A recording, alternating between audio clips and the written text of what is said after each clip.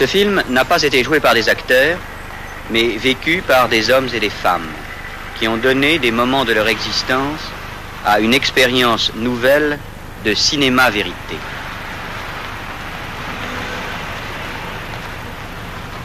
Tu vois, Morin, l'idée de réunir des gens autour d'une table est une excellente idée. Seulement, je ne sais pas si nous arriverons à enregistrer une conversation aussi normale qu'elle le serait s'il n'y avait pas de caméra. Par exemple, je ne sais pas si Marceline arrivera à se décontracter, arrivera à parler absolument normalement. Il faut essayer. Moi, je crois que je n'aurai pas mal de difficultés. Pourquoi? Parce que je suis un peu intimidée. Vous êtes intimidé par quoi? Je suis intimidée parce que... à un moment donné, il faut être prêt, puis je ne suis pas forcément, je crois. En ce moment, vous n'êtes pas intimidé? Non, tout de suite, là, non. Bon, alors, vous n'êtes pas intimidé maintenant. Ce que nous vous demandons, avec une grande ruse, Morin et moi, c'est simplement de parler, de répondre à nos questions. Si vous dites des choses qui ne vous plaisent pas, il est toujours temps de couper. Donc vous n'avez pas à être intimidé. Mais je suis moi maintenant tout à l'heure parce que j'ai pas été attaquée de front, je crois. C'est brigand, là. Oui. Bon, alors, vas-y, Morin, attaque. Bon, j'attaque quand même, écoute. Tu ne sais pas les questions qu'on va te poser. Nous-mêmes, très précisément, on ne sait pas non plus ce qu'on veut faire avec Rouge. C'est un film sur l'idée suivante. Comment vis-tu? Comment vis-tu? On commence par toi. Mais après, on va s'adresser à d'autres. Comment vis-tu? Ça veut dire comment est-ce que tu te débrouilles avec la vie. Et alors, commence par toi, parce que tu vas participer d'une façon très intime à notre entreprise, à notre film. Et puisqu'il faut commencer. Que faites-vous toute la journée? Par exemple, quand vous levez le matin, que faites-vous? En général, je travaille. Quel travail? Je fais des enquêtes de psychosociologie dans une boîte de psychosociologie appliquée. Mon travail est de faire des interviews, d'analyser ces interviews, éventuellement en faire les synthèses. Ce qui m'absorbe quand même pas mal de temps, je crois. Ça vous intéresse? Non, pas du tout. Oui. Lorsque vous sortez dans la rue le matin, Oui. est-ce que vous avez l'idée de ce que vous allez faire dans la journée? Écoutez, il arrive des fois quand je sors dans la rue le matin que j'ai des choses à faire. Mais il n'est absolument pas certain que je les fasse. Je sais d'ailleurs jamais exactement ce que je ferai le lendemain. Je vis d'ailleurs en pensant que demain, je ne sais pas de quoi il sera fait. Et puis, pour moi, l'aventure est toujours au coin de la rue. Et si on vous demandait d'aller dans la rue et de poser à des inconnus la question « Êtes-vous heureux ?» Vous iriez?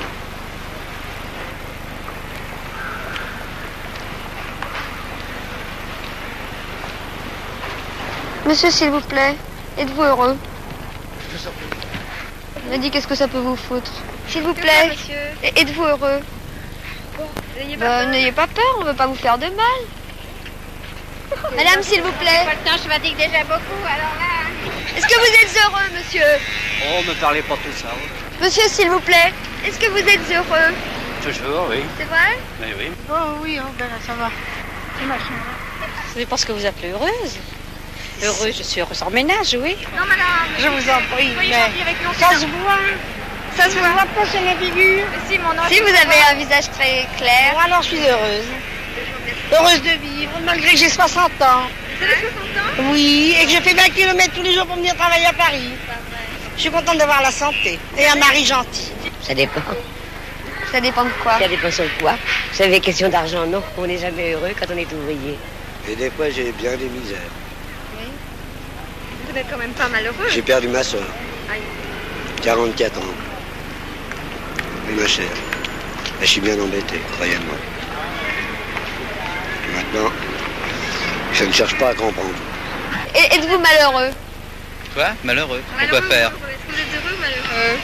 Ça dépend quelle philosophie vous adoptez. Non, on fait une étude sur le thème du bonheur. Le thème du bonheur. Oui. Et vous n'avez pas un nom à me citer? Enfin, je sais pas, si vous prenez Descartes ou... Ah Wesh. non, aucune philosophie, oh là là, non. Oui, je suis en train de dire ça. Est-ce que vous êtes heureux? Non. Non? Vous n'êtes pas heureux? En civil, on répondrait. On fait une enquête sur... Sur le logis? Non, sociologie. Vous n'avez pas le droit de répondre? Non, pas en tenue. En civil, ça aurait répondu, oui. Sur le thème du bonheur. J'ai eu du bonheur, j'ai eu du malheur, j'ai eu un petit peu de tout dans ma vie. Ça ne peut pas être autrement, hein. Il faut bien partager un peu. Pourquoi vous êtes malheureux, monsieur? Parce que je suis trop vieux. C'est vrai? Oui, 79 ans. Non. Ah, pardon, si. J'ai 82. Et vous pensez... Non, n'ayez pas peur, c'est le micro. C'est un micro. Et vous pensez que quand on a 79 ans, on est malheureux? Ah, bah j'ai perdu ma femme, donc... Vous êtes seul, alors? Ah oui, je suis seul. Puis j'ai un loyer de 6318 à payer tous les mois. Je suis à l'hôtel. Êtes-vous heureuse? Oui, très heureuse. Oui. Et vous, mademoiselle? Moi aussi, bien sûr. Nous sommes jeunes et il fait beau. Il n'y a pas grand-chose à faire dessus, hein. Vous voyez? Madame. Je viens de la part de Daniel, c'est lui qui m'a dit que vous vouliez accepter une interview. Oui. Je vais vous demander de me répondre à une seule question. Est-ce que vous êtes satisfait de vos conditions de vie? On a besoin de rien, on a tout ce qu'il nous faut. Ce qu'on veut, c'est monter, quoi. Non, dans un sens, on se plaint pas. Oui. Franchement, dire qu'on se plaint, on ne se plaint pas. Nous ne nous plaignons pas. Enfin, dire que... Moi, je crois que pour arriver dans la vie à quelque chose, pour être satisfait soi-même, il faut travailler. Oui. Non, mais ça dépasse le domaine des conditions de vie. Les conditions de vie, nous, on s'en sort parce qu'on triche un peu. Oui. Hein? Parce qu'on fait un tas de choses, en fond, qu'on ne devrait pas faire. Oui, hein? on t'arrête. Bah, et vous, madame...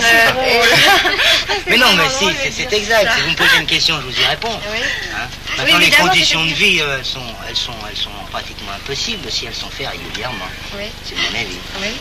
Hein? C'est-à-dire que si je facture tous mes clients, si je fais tout régulièrement, à ce moment-là, mes facilités de vie sont impossibles. Et vous, monsieur, êtes-vous heureux? Ça dépend des moments, des circonstances. J'y arrive. Non, au fond, Paris, ça n'est pas tellement drôle. L'atmosphère, on manque de soleil, on a quand même une vie... L'automobile, ils sont fous, hein. Ils travaillent toute la semaine, ils font plus rien. Dimanche, ils veulent pas abîmer la voiture et la mettre sur le bord de la route. Ils sortent la petite table, la petite chaise, ils s'installent. Pour pas l'abîmer, parce qu'un petit chemin creux, ils l'abîmeraient. Ils restent là, ils mettent 5 litres d'essence, ils mettent 3 heures pour rentrer, c'est normal. Et vous vivez différemment, vous? J'essaie. Oui. On essaie. On s'intéresse à des choses inutiles qui ne nous rapportent rien, quelquefois, uniquement pour s'amuser. Qu'est-ce que vous appelez les choses inutiles? D'abord, on a des amis. Oui. On bricole des choses qui ne serviront jamais à rien. On passe du temps, quelquefois, à rien.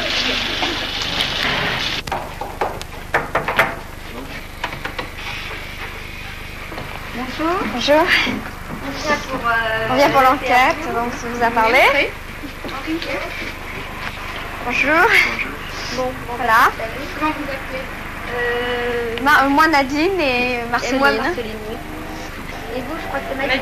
Nadine. Alors il paraît que vous êtes heureux. Moi, je sais pas, le bonheur c'est pas un but, je me pose pas le bonheur comme but. J'essaie de vivre le plus normalement possible, c'est-à-dire le plus près de moi possible. Il se trouve maintenant qu'on est deux. Ça n'a rien changé à ma conception du bonheur. J'essaie de la trouver à deux alors qu'avant je la cherchais seule et puis c'est tout. Quelle était votre vie avant? Jusqu'à 17 ans, j'étais chez mes parents. Et ensuite, j'ai décidé avec des amis de monter une affaire qui devait nous faire fortune rapidement, évidemment. Parce que travailler beaucoup, c'est pas très intéressant. Parce que c'est vraiment une perte de temps pour gagner de l'argent surtout. Et on avait un atelier d'ébénisterie et avec des vieilles commodes Louis-Philippe qu'on coupait, qu'on dépeçait entièrement, on arrivait à faire des commodes Louis XVI d'époque parce que le bois avait 100 ans et les gens s'y trompaient. 100 ans ou 150 ou 200 ans, ça n'a aucune importance. Alors on transformait en rajoutant par exemple des colonnes de chaque côté. On laissait plus que 3 tiroirs. Vous savez, les commodes Louis-Philippe, il y a 5 tiroirs. Puis même à la fin, en se servant que des vieux bois, on arrivait à reconstituer même des meubles Louis XIV en faisant galber des vieux bois, en rajoutant des galbes et en replaquant. Vous avez gagné de l'argent de cette histoire? Les gens qui étaient avec moi en ont beaucoup gagné, mais en fin de compte, moi je suis partie et on me fait même des procès depuis. Enfin, pour vous dire que tout ça, pour vous dire que le monde des affaires est affreux. Je suis très heureuse même d'en avoir rien tiré, sinon que de l'expérience, pour ne plus jamais recommencer des histoires comme ça, c'est sans intérêt. Moi, je fais de la peinture. Je suis pas un théoricien. Pour comprendre quelque chose, j'ai besoin de le faire, d'y participer. Alors si j'aime la peinture, et puis j'en fais pour essayer de comprendre celle des autres. Moi, je vais prendre un grain de raisin, j'ai pas faim du tout. Qu'est-ce que c'est votre vie tous les jours? Alors voilà, ça fait absolument 1 an et demi seulement qu'on est ensemble. Oui. Alors, depuis là, c'était notre lune de miel en quelque sorte. Alors jusqu'à 1h de l'après-midi, en général, on restait couchés, on lisait, on bouquinait. Et tous les après-midi, on peignait. Mais cela seulement depuis 6 mois. Tu oublies nos balades. Parce qu'à part ça, on a voulu voyager un peu partout. L'année dernière, on est parti du mois de mai, ça a été notre voyage de noces. Du mois de mai jusqu'au mois de... jusqu'à fin septembre. Nous sommes allés en Camargue, nous avons loué un atelier, enfin dans une vieille maison chez une vieille dame. Vous êtes allé à Saint-Tropez ? Complètement à sec, et là, il nous a fallu nous débrouiller, vivre. Et la grosse découverte, ça a été de s'apercevoir qu'on pouvait très bien vivre là-bas comme on vit à présent ici, c'est-à-dire on faisait des petits boulots, j'ai peint des noms sur des bateaux, des choses comme ça, je travaillais 2 heures par jour, on amenait une vie luxueuse. Et puis on vivait avec ça toute la journée, parce qu'on se dehors au soleil et on faisait de la peinture. On ne se pose pas le problème du bonheur, c'est peut-être pourquoi on se considère comme heureux, parce qu'on ne se pose pas le problème du bonheur, qui est un mot assez creux. Parce que se poser le problème du malheur, c'est se poser le problème... du bonheur, c'est se poser le problème du malheur, et le problème du malheur, c'est ridicule, c'est un mot à rayer les vocabulaires, le malheur. Il y a la douleur, il y a tout ce qu'on veut, mais pas le malheur, ni le bonheur. Vous voyez, par exemple, nous n'avons pas d'argent. Mais je connais très peu de gens dans notre entourage qui gagnent pourtant de très fortes sommes tous les mois, qui est une bibliothèque ou une discothèque comme la nôtre. Parce que dès que nous vendons une petite toile, c'est vraiment pour enrichir notre univers avec des accords, des objets.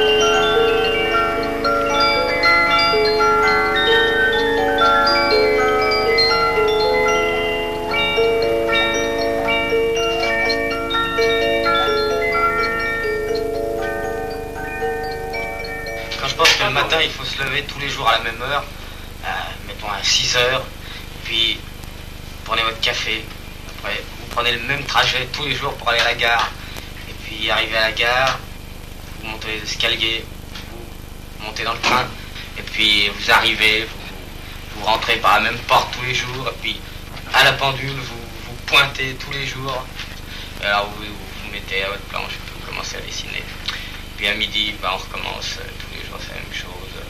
On part et puis ça y est, on va manger, on revient, puis soit on prend son train, on rentre chez soi, puis on mange, puis on va se coucher.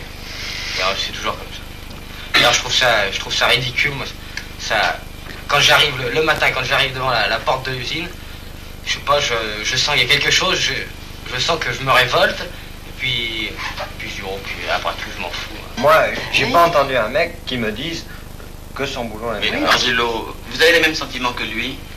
Oui, à peu près. Bon, il y a beaucoup de mecs, ce qu'ils veulent, eux, c'est devenir, monter les échelons. D'ouvrier, devenir technicien. Au lieu de technicien, enfin, ils pensent devenir, je sais pas moi, ingénieur peut-être. Alors ils suivent des cours. C'est ça qu'ils espèrent. Mais quitter pour aller où? Pour faire les marchés. Il y en a beaucoup qui quittent pour faire les marchés. Puis ils reviennent.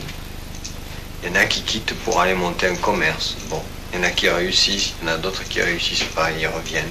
Le problème, il est le même pour les gens de bureau, pour tous les gens qui travaillent dans n'importe quel organisme dans l'usine. Il est le même. C'est que le travail est tellement parcellé, est tellement arrivé à être si petit, si on veut, qu'on arrive à faire un travail qui est monotone et qui est emmerdant et qui est toujours le même. Je pense que moi je fais 24 heures par jour. Parce que on fait 9 heures par jour, c'est vrai, mais le restant des heures, on s'en sert pour dormir. Or, on dort pour aller travailler. Or, c'est pareil, tout ça c'est du travail. Ouais, je pense qu'il a raison.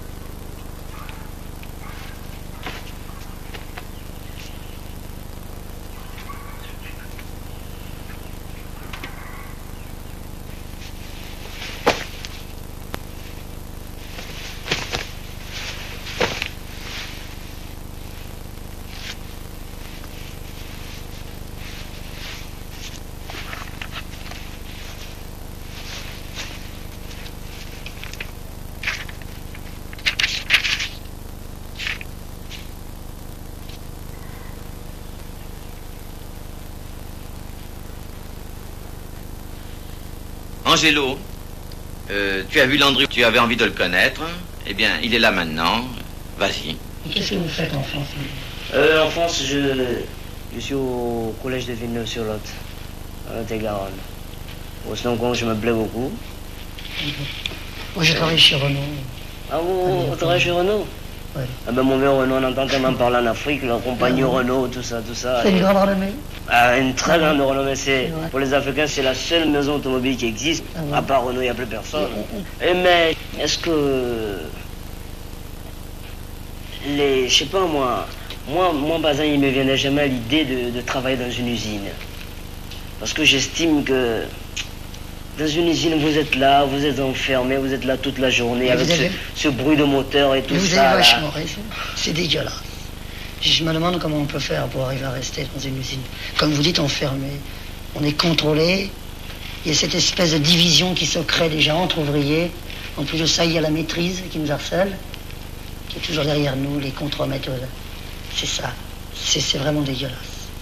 Et vous avez raison quand vous dites que vous vous demandez comment on peut faire pour rester dans une usine. C'est très dur. Seulement, on n'a pas le choix. Parfois, rien d'autre que ça. Quand vous êtes venu en France et que vous ne saviez absolument rien, vous ne connaissiez rien, vous ne connaissiez personne, hein, et c'est justement ça que je voudrais que vous me parliez là un peu. Voilà, quand je suis venu en France, effectivement, je connaissais personne, enfin, je connaissais personne. Je connaissais pas exactement la vie en France. Et j'étais obligé, enfin, de me débrouiller, enfin, de m'y faire. Dans ma condition, quand même, c'est assez difficile. C'est un Africain en France. C'est pas... Pour nous, le problème qui se pose, c'est une question d'adaptation. Et il y a autre chose aussi que, c'est que, bon, dans la vie, il y a des gens qui ont des complexes d'infériorité. Quand je parle de complexe d'infériorité, je parle exactement de moi, c'est-à-dire... Oui, j'ai compris, mais il y a un truc que j'aurais vous demander. Enfin, je peux peut-être te tutoyer, tu veux bien? Oui, au point où on en est. Il y a un truc que je voudrais te demander, c'est... Est-ce que tu as toujours ce complexe? Moi, non. Non, j'ai plus de complexe. Parce que, quand même, je suis arrivé en France, je me suis aperçu que les Français de Paris, c'était pas les mêmes que les Français d'Afrique. Et... Ça ne t'embête pas du tout, tu es noir, tu t'en fous. Bon, moi, je m'en fous. Comme je dis, moi, j'ai un système. Je frappe à une porte, quand elle s'ouvre, j'entre.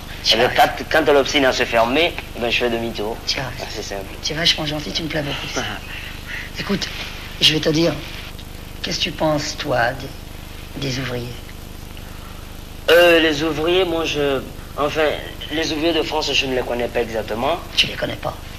Ah, je sais pas en France comment ça se passe, parce qu'ici en France, j'ai vu les ouvriers, même le plus petit ouvrier, il a une voiture, le soir on le voit, il est très heureux, alors je sais pas réellement ce qui se passe. Et je sais pas si c'est pareil qu'en Afrique. Tu as raison. Regarde, je travaille chez Renault et il faut compter, tu sais, 80% de types qui ont leur voiture. Parce que, il faut te dire ceci, c'est que en France, le type, il est individuel. Il travaille pour lui, tu sais, il pense qu'à lui. Il a son salaire, tu vois, il travaille pour lui, le type, il bosse, hein.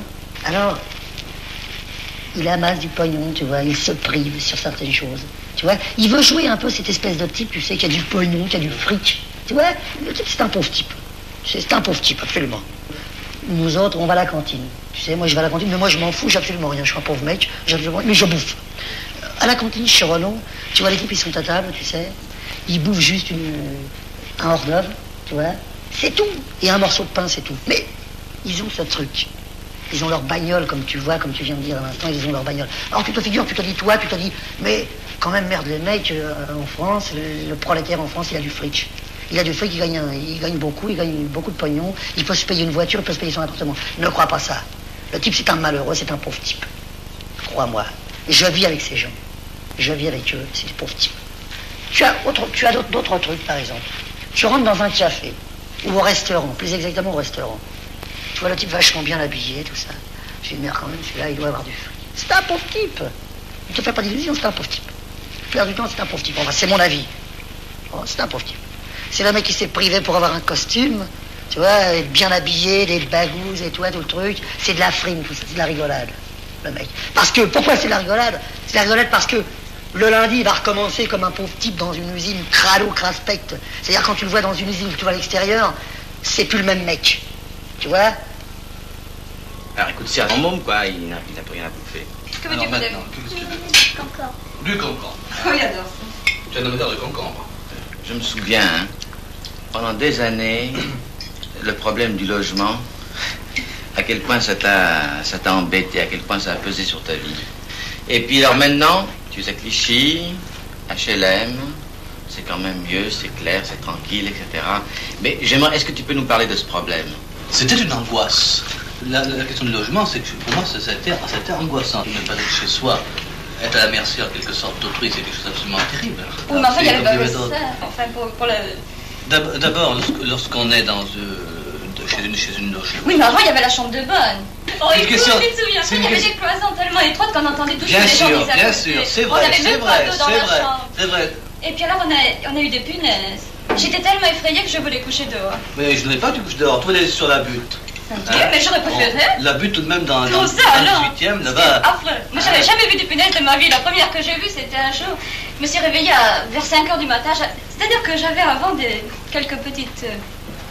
des petits poils sur les bras. Je sais pas ce que c'était. Je croyais que c'était des boutons bizarres.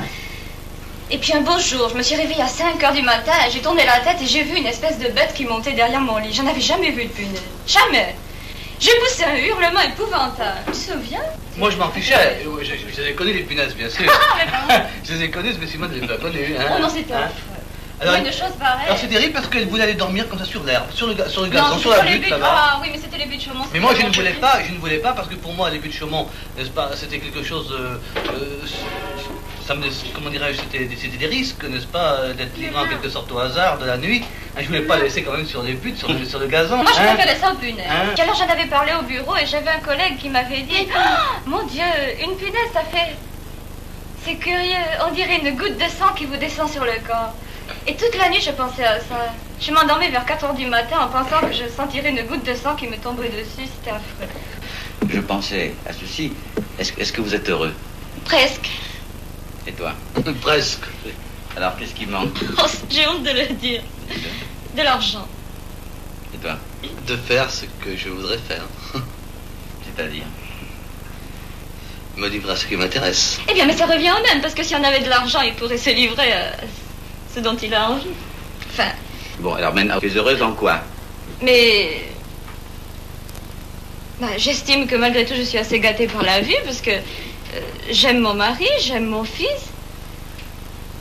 J'ai une petite situation, mais qui me plaît. Pour moi, le travail, c'est du temps perdu. D'accord, mais tu te souviens, tu as milité, on militait au même parti, on aspirait à une autre vie. Oui, bien sûr. Alors on met une croix là-dessus? Hélas, les idéaux ne sont pas toujours réalisables, et même pas souvent réalisables.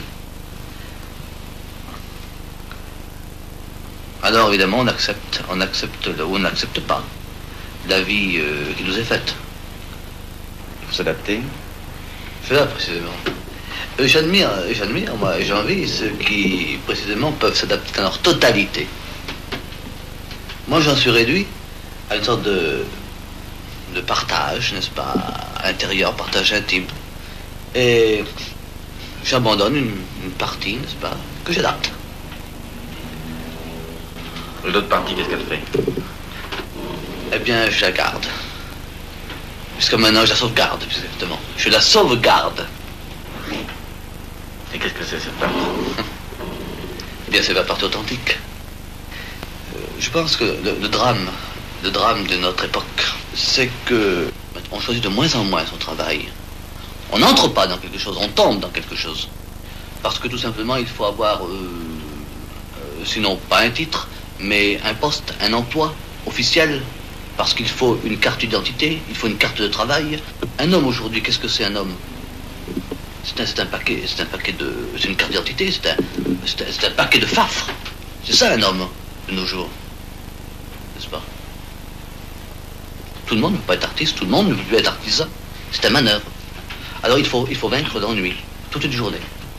Un travail qui n'intéresse pas, un travail pour, comment dirais-je, dans lequel on ne trouve aucun intérêt, qui n'a aucun sens. Et cependant, évidemment, il faut ce travail, il faut le faire.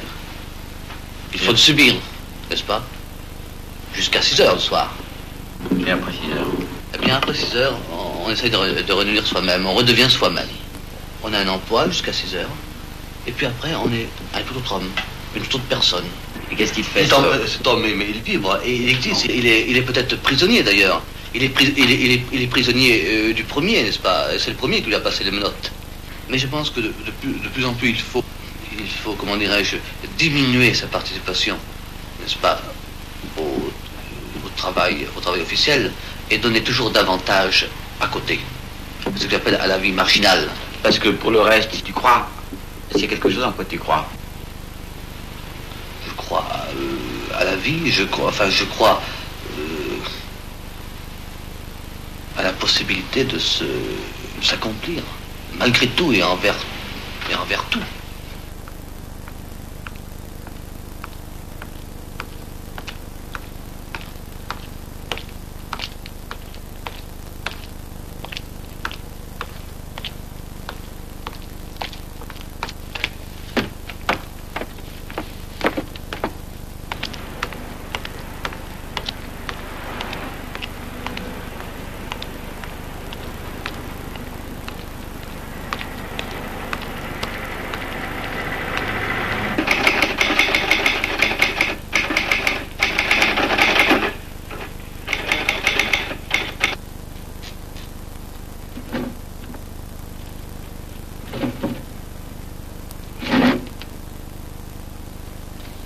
Marie-Lou, tu as 27 ans.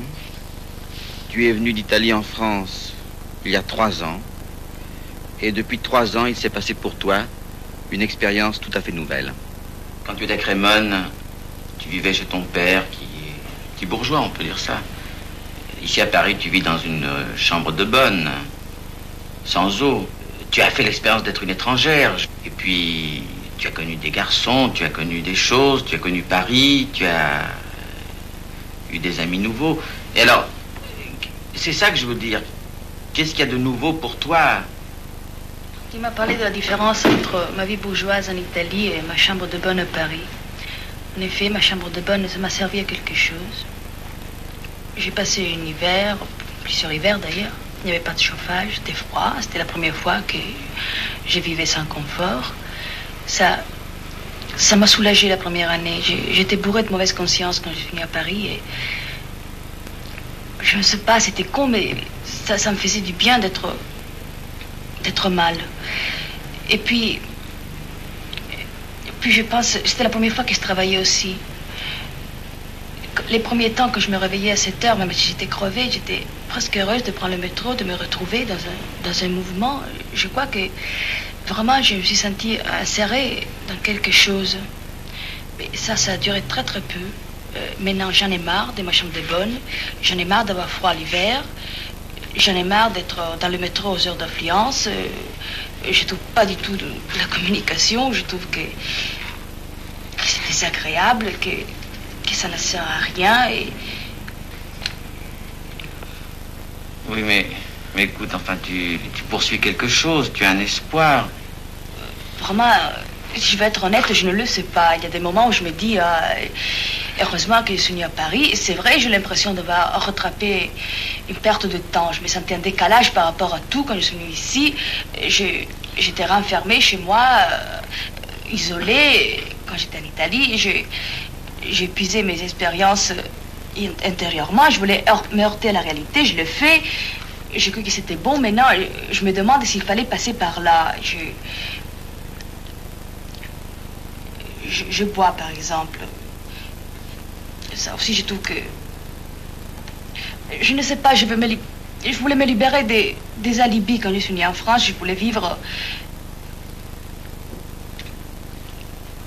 Pas par compensation, je voulais vivre parce que je voulais vivre, quoi. Puis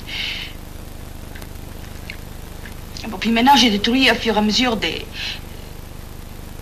faux mécanismes et des alibis, et je les récupère à travers la boisson, à travers des coucheries, à travers une attitude irrationnelle, à travers la connerie, tout simplement. Inutile d'employer de gros mots. Alors voilà.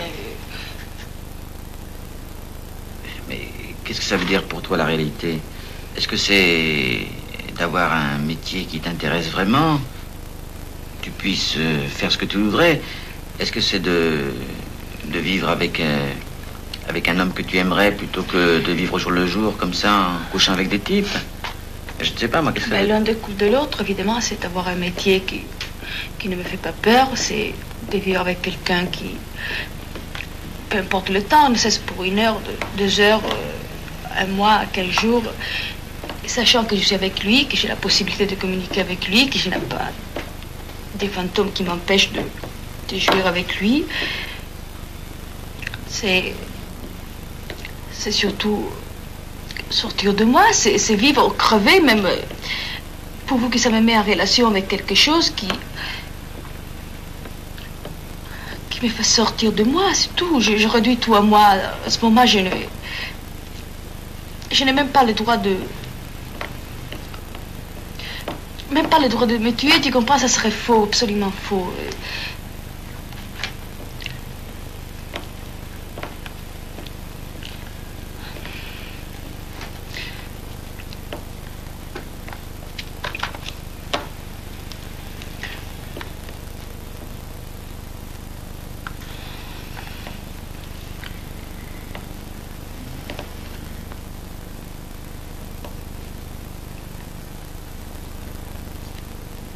Pourquoi est-ce que tu réduis tout à toi? Quoi? Est-ce que tu réduis tout à toi? Je le savais.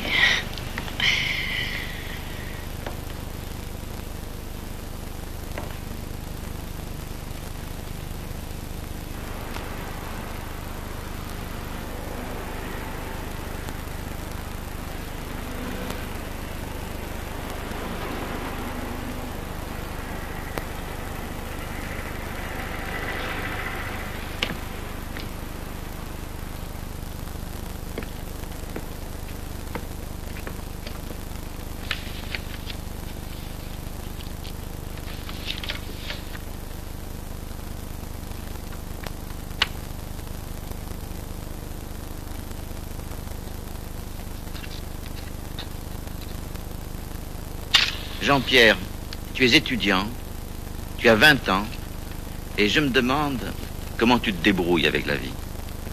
Bon, c'est d'accord, je vis. Oui, je vis, effectivement. Je vis sans doute beaucoup mieux que ne vivent la plupart des étudiants de mon âge. Mais je vis, enfin, dans la mesure où j'accepte les compromis terribles. Bon, je vis seulement dans la mesure où j'accepte que les choses soient pas ce que j'avais envie qu'elles soient, dans la mesure où j'accepte de me faire enculer, quoi. Y a pas de problème. Et je crois d'ailleurs que tous les types actuellement de mon âge, même d'ailleurs plus vieux, on arrive à vivre sereinement, si tu veux, que dans la mesure où ils ont accepté la nécessité de se faire enculer. Mais sinon, quand je te parle d'impuissance, ce sont des impuissances réelles. Tu comprends, même, par exemple, le fait que je me fasse coller à mes examens. Je sais pas quoi, que j'essayais de vivre avec une femme, quoi. Que j'ai essayé de la rendre heureuse, qu'elle a voulu me rendre heureux, qu'on a essayé d'être, puis que ça se dilue, ça devient con, ça. C'est des impuissances, quoi. Comme au niveau politique aussi, et encore, moi je m'en fous maintenant, enfin c'est quelque chose de vachement moins important. Toutes mes exigences politiques, quoi, se soient atténuées, se soient dispersées. Bien sûr, j'ai des exigences, mais dire que je sois malheureux réellement, que je sois prêt à faire des choses très concrètes, très efficaces, finalement c'est plus vrai, quoi. J'ai d'ailleurs pour ça des tas de justifications très intellectuelles. Enfin, j'ai vu par exemple ceux de ta génération, ce que leurs engagements politiques ont donné, leur impuissance devant des obstacles. J'ai plus envie, enfin j'en ai vu trop des gens comme ça, quoi, qui en étaient réduits d'ailleurs au point de pleurer, d'être traumatisés, de ne plus savoir quoi faire. Vous êtes presque tous comme ça d'ailleurs à ce niveau-là. Alors moi je n'ai pas envie, et ça c'est une justification intellectuelle, mais alors je sais très bien que d'une manière beaucoup plus intérieure, c'est pas du tout ça, une espèce d'absence de courage. De même au niveau affectif, il y a l'égoïsme. Alors qu'on a rêvé, enfin un moment de passion, de choses très belles, on s'aperçoit, enfin je suis obligé de m'apercevoir, enfin je sais pas si tout le monde s'en aperçoit, enfin moi je suis obligé de m'apercevoir, enfin que tout est fait de mi-teintes. Des demi-teintes, des tons très neutres. C'est pas du noir et blanc, c'est du gris sur gris. Un peu plus foncé, un peu moins foncé. C'est emmerdant. Tu comprends? Tu veux que je sois bien, Marceline?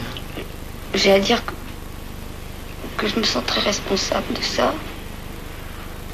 Parce que c'est par moi, d'une part, que tu as connu tous ces gens qui étaient prêts de pleurer après leurs expériences politiques. Moi-même d'ailleurs. Et puis, quand tu parles d'avoir voulu rendre une femme heureuse, je sais que c'est moi. Alors je me sens un peu responsable de toutes tes impuissances dans la mesure où je t'ai fait sortir du courant dans lequel tu devais rester peut-être. Non mais c'est vrai, je pense que Jean-Pierre dit le mot impuissance et que Marceline doit penser au mot échec. Moi, j'ai un sentiment d'échec depuis tellement d'années. Alors, quand j'ai rencontré Jean-Pierre,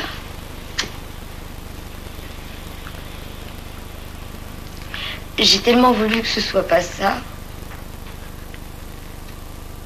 J'ai tellement voulu qu'il n'ait pas les 20 ans que j'avais eus.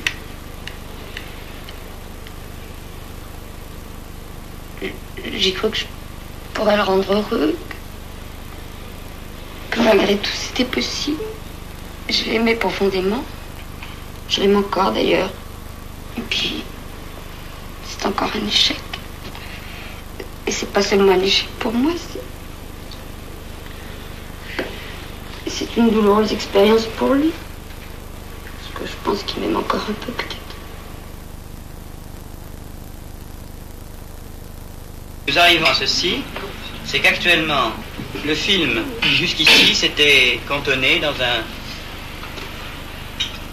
un univers relativement personnel, relativement individuel, débouche sur la situation de cet été 1960. Oui. Alors, on y va. Oui, moi, je voudrais bien savoir ce qu'ils pensent. On y va. Oui, d'accord. On y va. Bon, d'accord, on y va. On y va.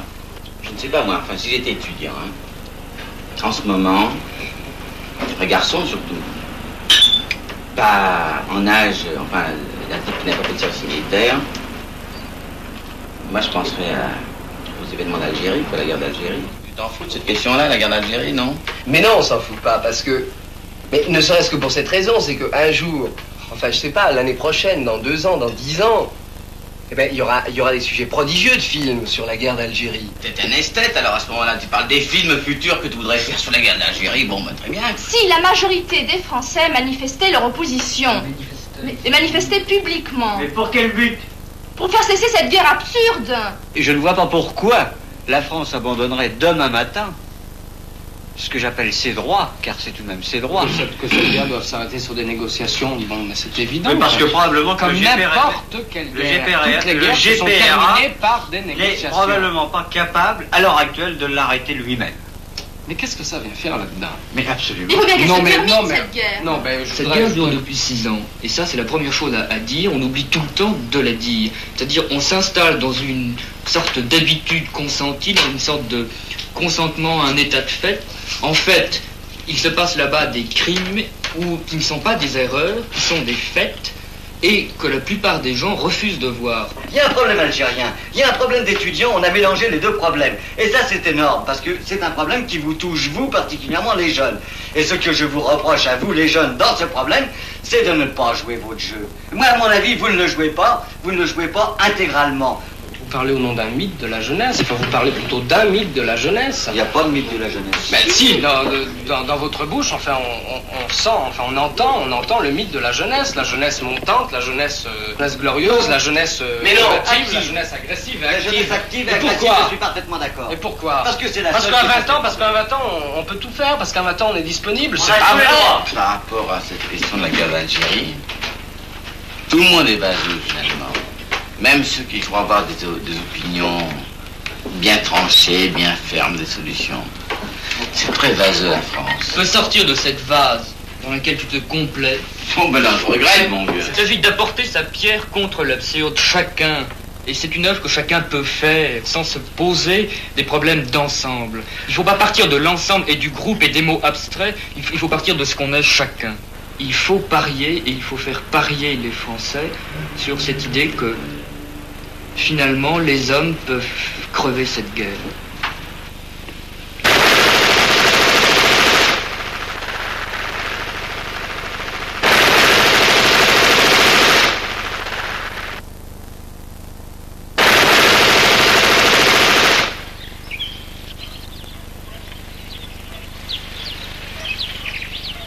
Non, mais moi, personnellement, je me marierai pas avec un noir. Pourquoi? Moi non plus. Pour les enfants. Non, pas du tout. Non. Pas du Pourquoi, tout. elle? Absolument pas. Pourquoi? Pourquoi? Parce que pour moi, il n'y a aucun rapport. Je suis absolument pas raciste. Je comprends très bien qu'on est tous...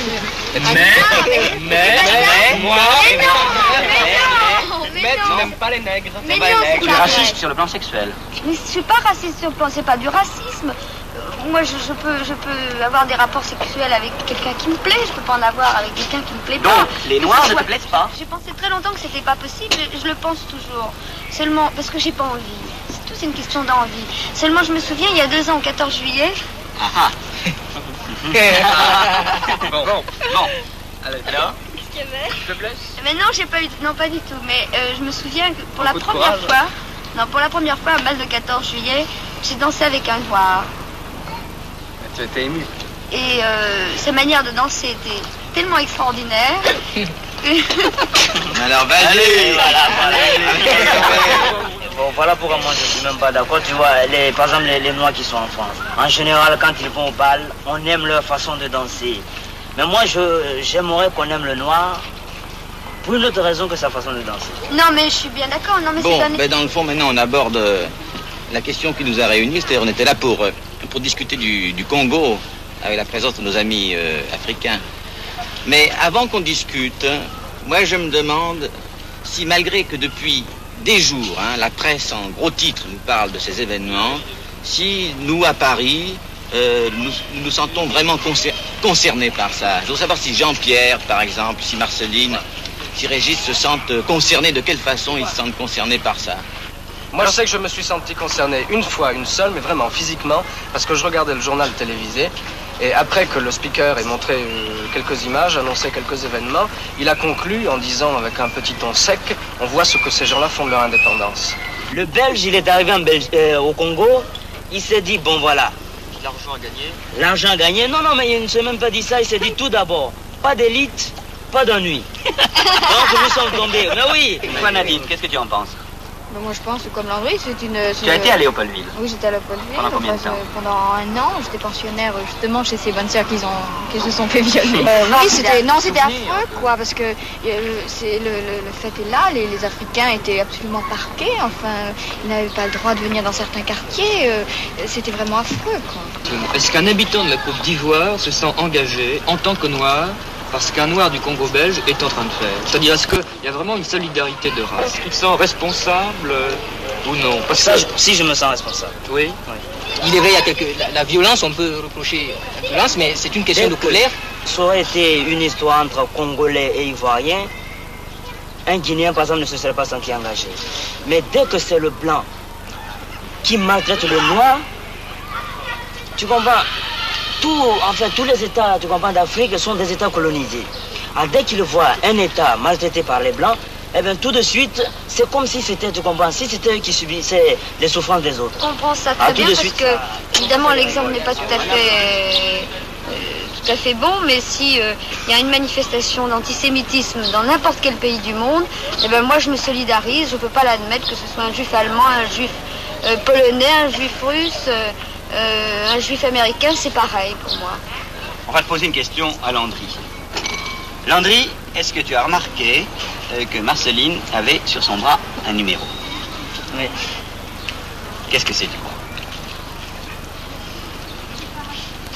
Non, j'ai aucune idée. Aucune idée? Bon. Et toi, Raymond? Moi, je sais pas exactement. Je sais que ce sont les marins qui portent d'habitude des numéros sur les bras. Et comme elle n'est pas de la marine... Alors, pourquoi? Je sais pas exactement ce que ça veut dire, oui. C'est la coquetterie? Peut-être, oui. Je vois une idée. Pourquoi un chiffre? J'aurais pu mettre un cœur. J'aurais pu mettre un cœur. Non, ça peut pas être le numéro de téléphone parce que c'est trop long, 78 750. Mais tout d'abord, c'est pas un V, c'est un triangle qui est la moitié de l'étoile juive. Je sais pas si tu connais le symbole juif, qui est l'étoile à 6 branches.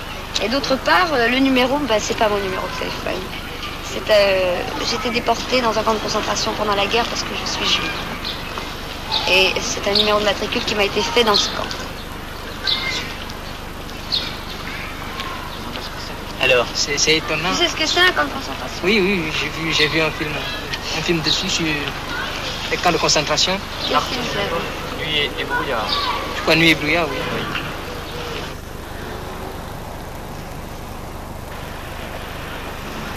C'est aussi désert cette place de la Concorde.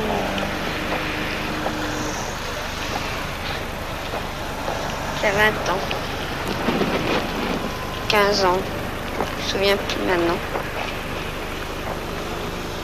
Petit boy. Tu verras. On ira là-bas, mais on travaillera dans des usines. On se verra le dimanche, me disait papa.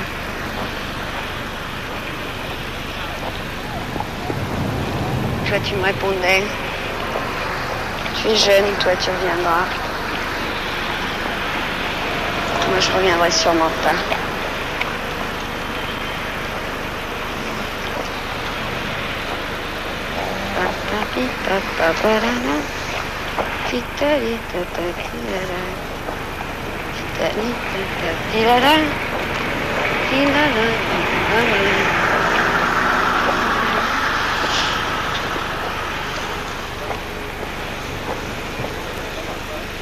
Puis voilà, je suis là maintenant, dans la Concorde.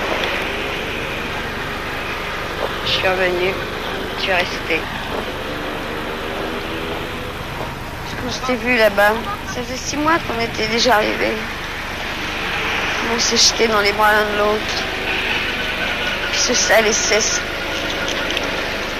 il s'est rué sur moi, qui m'a frappé devant toi. Toi, tu disais, mais c'est ma fille, mais c'est ma fille. Achtung, avec tes Schnauze. Ça menaçait d'en recevoir autant. Puis, j'avais un oignon dans la main. Je l'ai mis dans la mienne et je me suis évanouie.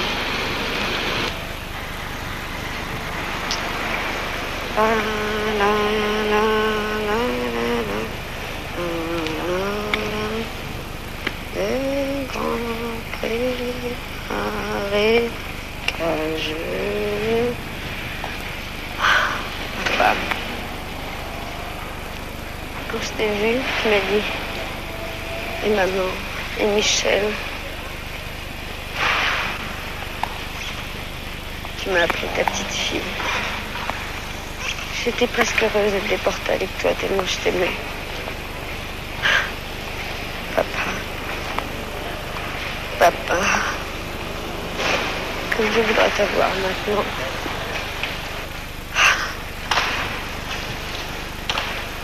Puis...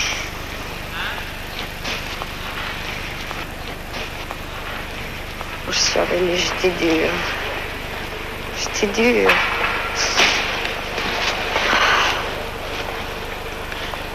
J'ai vu tout le monde sur le quai de la gare, maman, tout le monde. On m'embrassait, j'avais un cœur de pierre. C'est Michel qui m'a émue. J'ai dit, tu ne me reconnais pas? Il m'a dit, si, je crois que tu es Marceline. Papa.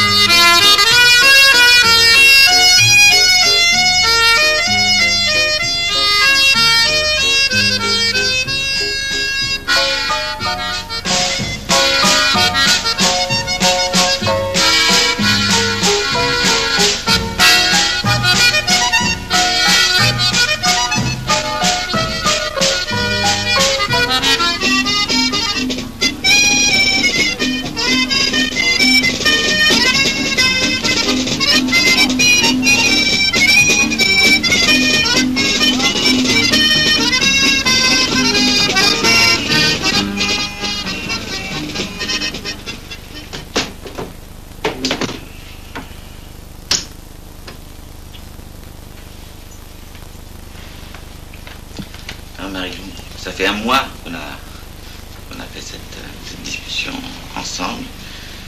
Et puis maintenant, on est au mois d'août. Et alors, une chose qui m'avait frappé, tu vois, il y a 2 soirs, on marchait dans la rue, et je te parlais d'une question de ce film que j'avais dit que j'avais posé à nos amis Jacques, employé, et à sa femme la question, êtes-vous heureux?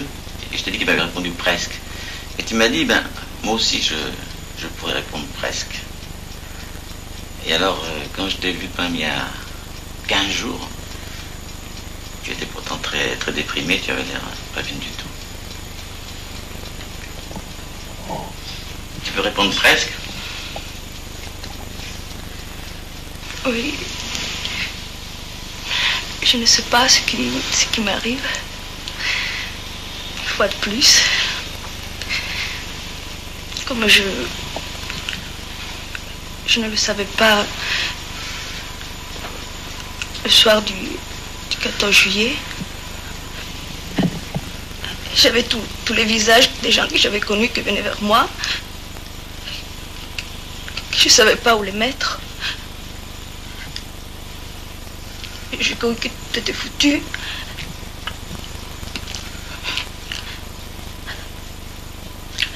Je crois que j'ai passé un cap ce soir-là.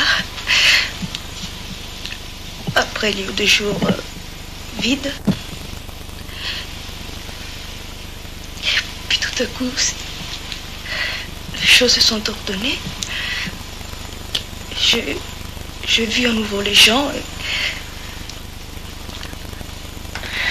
Je suis sortie de l'imaginaire. Alors, tout devient tellement simple et facile. Tout ça est venu brusquement? Toute seule?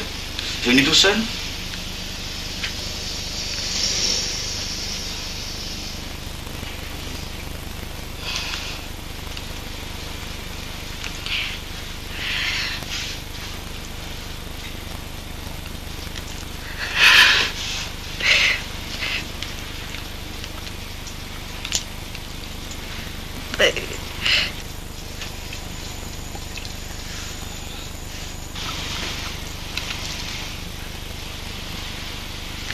partir du moment où j'ai commencé à voir les gens autour de moi, me sentir dans les choses,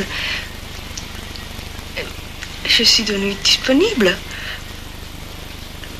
Disponible à tout. C'est pas à l'amitié, à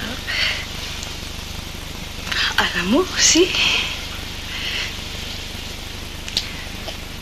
C'est ça qui a changé les choses.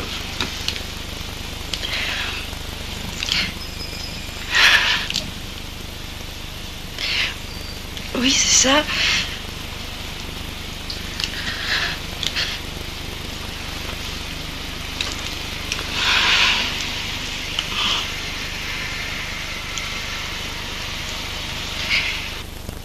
C'est ça, mais ce qui est plus fort de tout, c'est la peur, malgré tout. C'est la peur que... Comme il m'est arrivé 1000 fois encore, que je me retrouve complètement seule, complètement isolée. On se croit pas.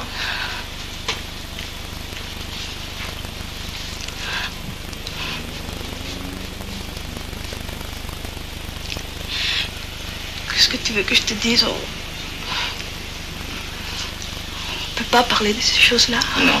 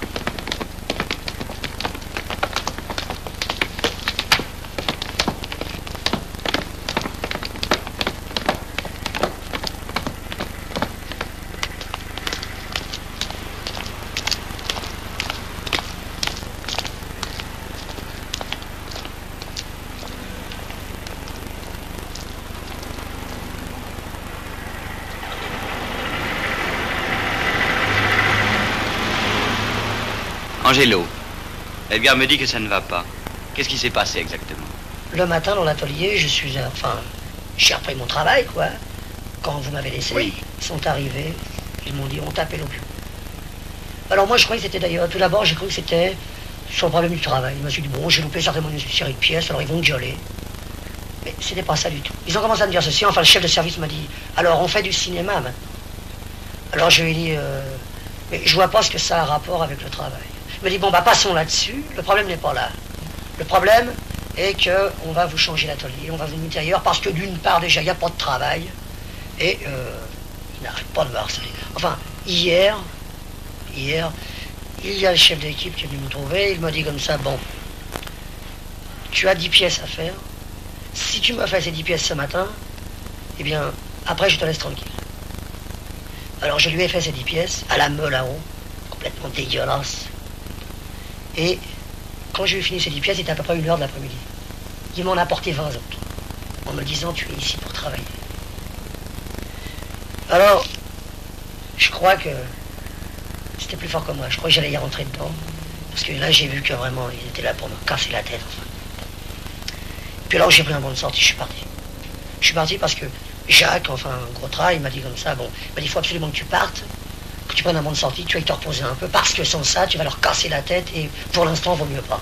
Voilà. Qu'est-ce que si tu restes là chez Renault, qu'est-ce que tu auras comme truc? Absolument rien. Si tu es un bon, qu'est-ce que tu feras? Tu seras un jour quoi? Tu seras chef d'atelier? Absolument pas, j'ai aucune chance.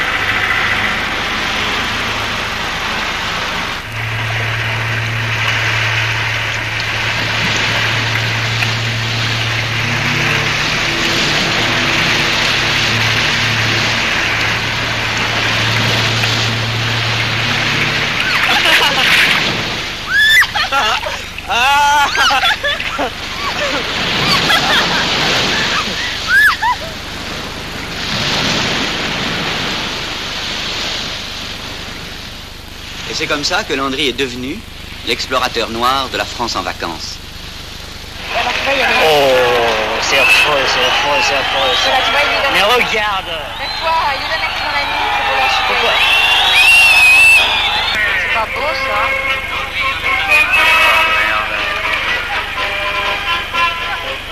Regarde, regarde. Oh là, merveilleux.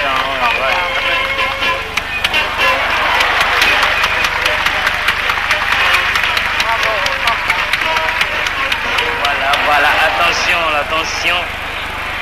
Attention, ça y est. Oh, c'est pénible. Attention. Attention, là.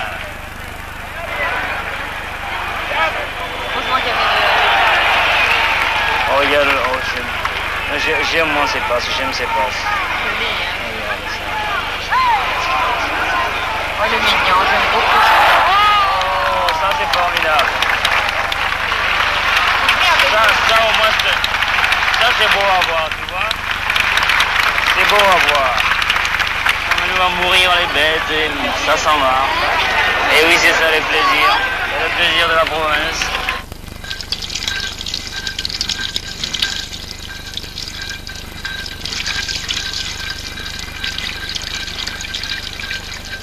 Saint-Tropez, c'est une ville, c'est un village en quelque sorte, qui me rappelle assez l'Afrique noire, tu vois, les vieilles maisons, les tuyaux rouges et tout ça. Ouais. Ah, Saint-Tropez, on en parle tout le temps. Même dans ma profonde forêt, dans ma brousse d'Afrique noire, j'entendais parler moins de Saint-Tropez. J'ai trouvé quelque chose de curieux, tu vois, les femmes à Saint-Tropez.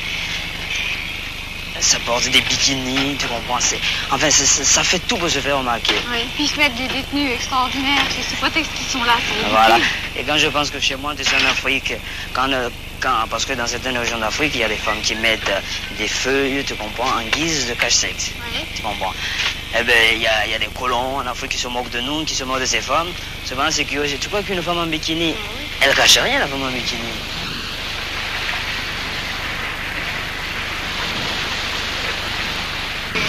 Déjà pas tellement amusant de faire des photos publicitaires. Maintenant, je commence à avoir l'habitude. Il faut bien gagner sa vie, alors comme les photos publicitaires, ça rapporte un peu, c'est pour ça que j'en fais. Sinon, il y en a qui n'ont pas besoin, alors ceux-là, ils peuvent critiquer, c'est toujours cela d'ailleurs. Ce qu'ils demandent, une photo mademoiselle. Parce que quand ils rentrent de vacances, ça fait très bien d'avoir été photographié avec une fille qui fait très genre Saint-Tropez. Alors ils montrent ça à tous leurs amis et alors ils sont heureux avec ça. Ça c'est le point de vue de la foule, c'est toujours pareil. Oh. Il y a d'autres gens qui sont là, qui regardent et qui pensent certainement à autre chose que... Oui, mais il y en a très peu, c'est la minorité. Mais la foule, on ne peut pas arrêter la foule. La masse dont on fait partie n'est pas tellement évoluée. Catherine, toi, tu ne dis rien. J'ai pas envie de penser à des tas de choses, j'ai envie de me baigner, de faire du ski, puis c'est tout. Surtout ici. Mais comment, mais je voudrais l'avis de notre chère Sophie quand même. Tu vois, tous ces gens parlent de choses. Est-ce que tu connais bien Saint-Tropez, vraiment? Je peux pas dire vraiment très bien, parce que il faut avoir vécu plusieurs mois dans un endroit pour bien savoir. Mais enfin, je suis venue un peu l'année dernière parce que je faisais des tournées dans les casinos aux environs et puis j'avais une petite villa. Maintenant, n'est-ce pas, dans la rue, nous demandons à tout le monde alors tu t'amuses bien à Saint-Tropez? Alors ça fait très bien de répondre, on s'emmerde ici. C'est un snobisme de répondre on s'emmerde parce qu'en ce moment c'est l'époque de répondre qu'on s'emmerde à Saint-Tropez. C'est ça. Les gens s'emmerdent partout d'ailleurs maintenant alors. On s'emmerde, ça vient de soi, parce que quand on a une vie personnelle intérieure, on s'emmerde nulle part.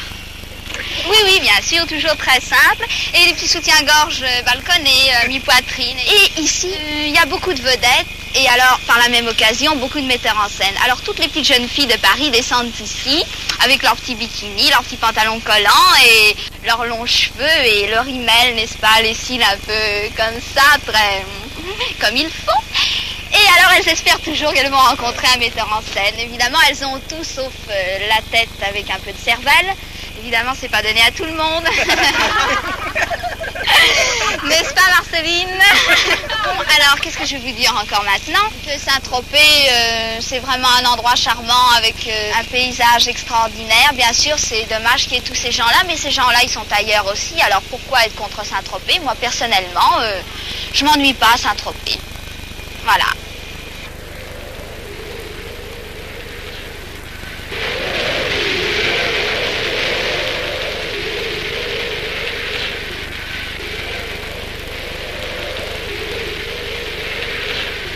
sais que Rouge et moi, on fait un film, hein. Comment Ouais, tu vis j'en ai en- vaguement entendu parler. Oui. Alors voilà, on n'est pas d'accord, parce que Rouge, il trouve que la vie est marrante, hein, et que moi, je trouve que la vie n'est pas tellement marrante. Oh bah dis donc, t'exagères. Moi je trouve qu'au contraire, hein, je suis plutôt de l'avis de Rouge. La vie est marrante? Ouais. Et pourquoi elle est marrante? Ben, je te dis peut-être ça parce qu'on est en vacances, en fait. Et en dehors des Oui, mais en dehors vacances. des vacances. En dehors des vacances. Oh, oh, on n'en sait trop rien. Oui, d'accord. On n'est pas à votre place. Mais je sais pas, moi, tu sors le soir. Avec maman, c'est bien marrant, peut-être. Mais pourquoi tu trouves la vie triste tout d'un coup? Attendez. Voici un copain à la landry. Ouais. Mais moi, je pense que toi, tu connais pas la vie des enfants français. Et là, Non, c'est deux pas du filles de 12-13 ans, quoi. Ça doit t'étonner de voir. Ça doit pas être comme ça chez toi en Côte d'Ivoire. Non, chez moi, c'est pas comme ça, vous savez. Chez moi, une fille, déjà à l'âge de 6 ans, elle commence à vivre. Eh ben, quand j'avais 7 ans, déjà, je savais moins faire la cuisine. Nous, on travaille seulement pour le lycée. On travaille pas pour évidemment, les parents. on dessert la table de temps en temps, on fait des trucs comme ça, mais qui sont très rares. C'est tout. Mais oui, ça c'est un tort. Il faut apprendre, vous savez, même... faut pas se complaire dans une vie facile, parce qu'il faut voir que plus tard, vous comprenez, vous n'aurez pas dans la vie qu'à desservir les tables. Si, on va changer les champignons. On mangerait pas. Eh ben, on mangera pas de champignons, mais on n'ira pas chercher les champignons. Non, d'ailleurs, je leur ai dit quelque chose. Ouais. Je connais la Tu connais la manière d'embêter les gens. Voilà, comme ça. Hein? Va. Alors, regarde le gros paquet. On a eu du mal.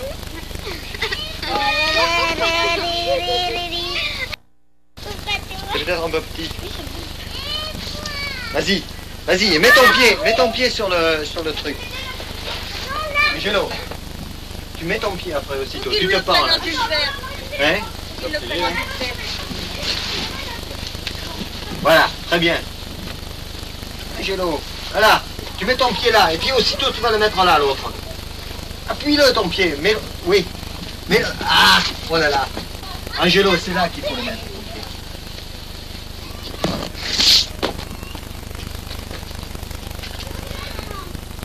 Vas-y, vas-y. Et ton pied, l'autre pied. Mais non, il le met plus haut. Il le met plus haut, idiot. Idiot, plus bas ici, ton pied. Sur le gratton, là. Voilà, un peu. Voilà, ici. Angelo. Ah, moi, c'est idiot. Voilà. Ça y est, maintenant, ça y est. Mets ton pied là-bas, à la marche, à la marche. À la marche, Angelo. Yes. Voilà. Ça y est. Non, je pourrais jamais mettre du gueule en bas. Mais je gueule parce que t'es idiot, mais c'est tout, autrement tu gueulerais pas. Mais non, enfin, tu as beaucoup plus de force que moi dans les bras. Dans les bras. Hey.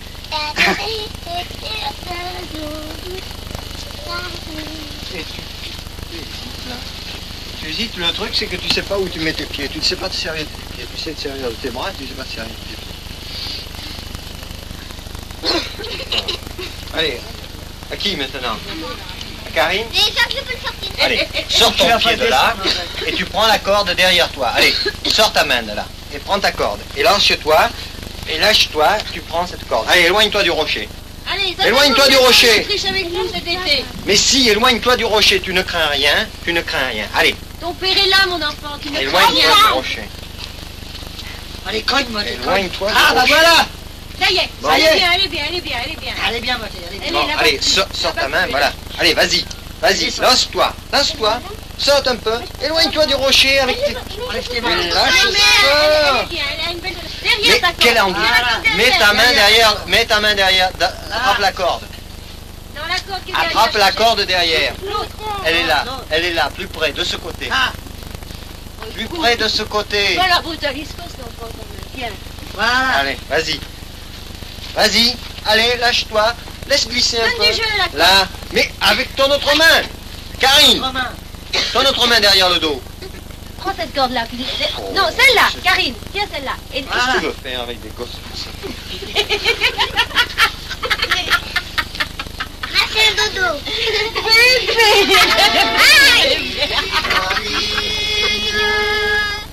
Dites-moi où les voit-on? Où les voit-on?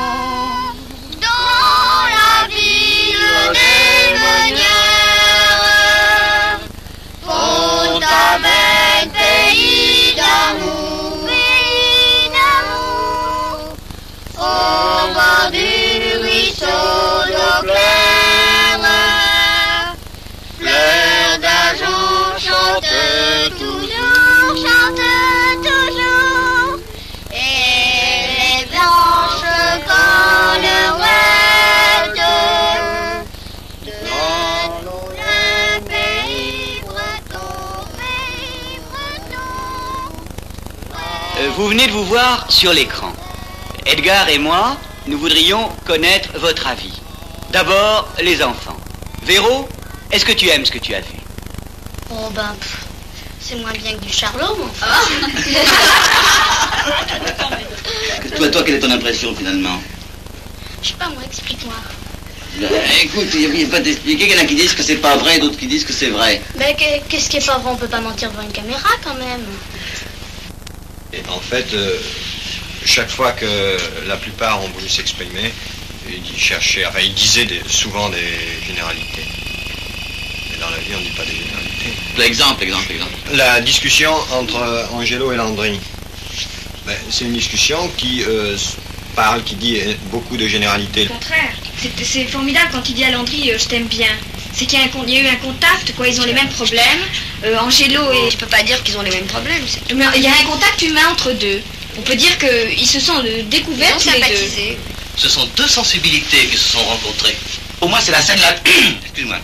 C'est la scène la plus vraie, une des scènes les plus vraies qu'on ait faites. Parce qu'il y a une amitié qui s'est formée comme ça sous nos yeux. Que tu dises qu'il y a une sympathie pour d'Angelo de Landry, bon, mais ça c'est évident. Mais c'est pas ça que j'ai dit. C'est que tout ça, c'est pas naturel. C'est pas naturel et c'est archi faux, enfin. Bon, je suis pas d'accord parce que quand il y a eu le passage avec Landry, je ne connaissais pas Landry, je ne connaissais rien de lui. Et puis il s'est trouvé que quand j'ai discuté avec lui, les caméras, je les voyais plus. Je voyais plus les caméras, c'était uniquement le problème qui m'intéressait. Si tu examines tout ce qu'on a vu là, je trouve que c'est un film extraordinairement pénible parce qu'une part de ce qu'on a vu est parfaitement ennuyeux. Et ce qui n'est pas ennuyeux, l'est au prix incontestablement d'une très grande impudeur. Je trouve que finalement, pour avoir une petite étincelle de vérité, il faut que le personnage soit en général, je ne fais pas une règle, seul et au bord d'une crise de nerfs, c'est-à-dire quand il est en train de parler de quelque chose qui l'a profondément touché. Avec ce système, on pourrait obtenir que des scènes qui soient artificielles ou des scènes qui frisent, et non seulement elles le frisent, mais elles le sont carrément, qui sont impudiques. Moi, je dis comme lui, elles sont impudiques.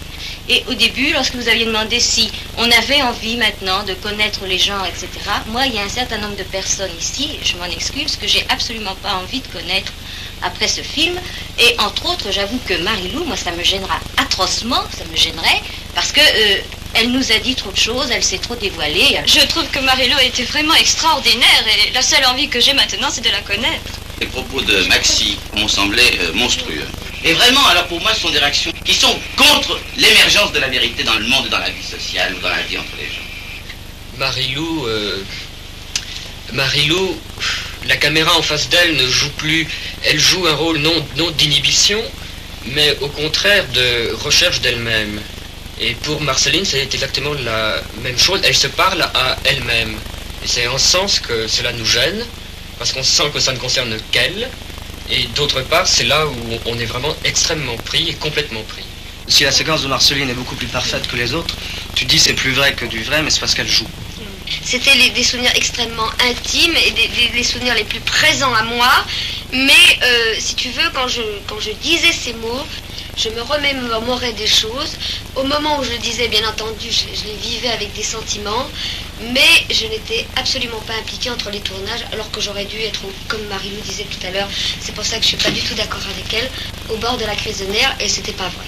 Ce qu'il y a de très beau dans le film, c'est qu'on passe d'un naturel qui est finalement très faux, par exemple une conversation dans la rue qui ne veut strictement rien dire, à un gros plan sur Marie-Lou qui ne lui arrive jamais et qui est extrêmement beau et qui est sans doute beaucoup plus vrai. Et c'est le passage de l'un à l'autre qui fait tout l'intérêt du film. C'est ça. Alors Edgar, qu'est-ce que tu penses de cette projection?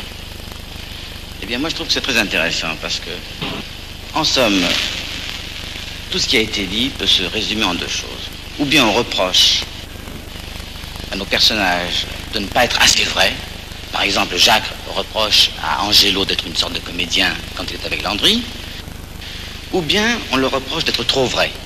C'est quand Maxie, la femme de Jacques, reproche Marie-Lou, n'est-ce pas, de se mettre à nu devant la caméra. Ça veut dire quoi? Ça veut dire que nous arrivons à une sorte de degré où nous interrogeons une vérité qui n'est pas la vérité des rapports quotidiens. Si on allait un peu plus avant, les gens, dès qu'ils sont un peu plus sincères que dans la vie, on leur dit ou bien vous êtes des cabotins, des comédiens, ou bien on leur dit vous êtes des exhibitionnistes. Oui. Alors c'est ça quand même qui est le problème de fond, parce que nous, ce que nous avons voulu, si les gens pensent que ce sont des comédiens ou des exhibitionnistes, notre film est raté. Mais en même temps, moi par exemple, je peux dire que je sais, que je sens que ce ne sont ni des comédiens ni des exhibitionnistes. Mais seulement ils ne peuvent pas le savoir. Qui? Eux ne peuvent pas le savoir. Tu comprends? Lorsque par exemple Marceline dit qu'elle jouait sur la place de la Concorde, on était témoins. Oui. Elle ne jouait pas. Si elle jouait, je veux dire que c'était la partie la plus authentique d'elle-même. Bien sûr. Quand elle parlait de son père, c'est pas un jeu. On ne peut pas appeler ça un jeu. Bien sûr. Si, c'est-à-dire que ce film, à la différence du cinéma habituel, nous réintroduit dans la vie. Les gens sont devant le film comme dans la vie de tous les jours. C'est-à-dire qu'ils ne sont pas guidés. Parce que nous n'avons pas guidé les spectateurs, nous n'avons pas dit un tel est gentil, un tel est méchant, un tel est sympathique, un tel est intelligent. Oui. Et alors, devant ces gens-là qui sont des gens qu'ils pourraient rencontrer dans la vie, ils sont désemparés, ils sentent qu'ils sont mis en cause eux-mêmes, ils se sentent concernés et ils essayent de refuser. Oui, d'accord. Il y a d'autres gens qui sont émus par ça. Moi, ce qui m'a frappé, c'est qu'il y a des gens, par exemple, qui sont très émus par Marie-Lou, d'autres qui sont très émus par Marceline, d'autres par Jean-Pierre, d'autres par Angelo. C'est-à-dire qu'en partie, je crois que quelque chose, quand même, de ce que nous avons voulu faire, va passer. Et toi, tu es ému? Moi, c'est-à-dire, bon, ça fait le nombre de fois qu'on a vu ce film a fini par atténuer l'émotion, mais moi, je suis très ému, finalement. Je suis ému maintenant d'une autre façon, parce que, au début, si tu veux, je croyais que tout le monde allait être ému par ce film. Et de voir maintenant que des gens que j'aime beaucoup, comme Marie-Lou, comme Marceline, sont contestés, alors moi, ça me gêne, ça m'embête. Je croyais que le spectateur allait aimer les personnages que j'aimais. Bon, autrement dit, nous avons voulu faire un film d'amour et on aboutit à une sorte de film d'indifférence.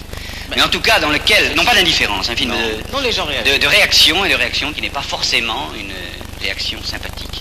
C'est la difficulté de communiquer quelque chose. Nous sommes dans le bain. Est-ce que vous êtes heureux? Êtes-vous heureux, monsieur? Êtes-vous heureuse, madame? Êtes-vous heureux, monsieur? Est-ce que vous êtes heureuse, madame? Est-ce que vous êtes heureuse, madame?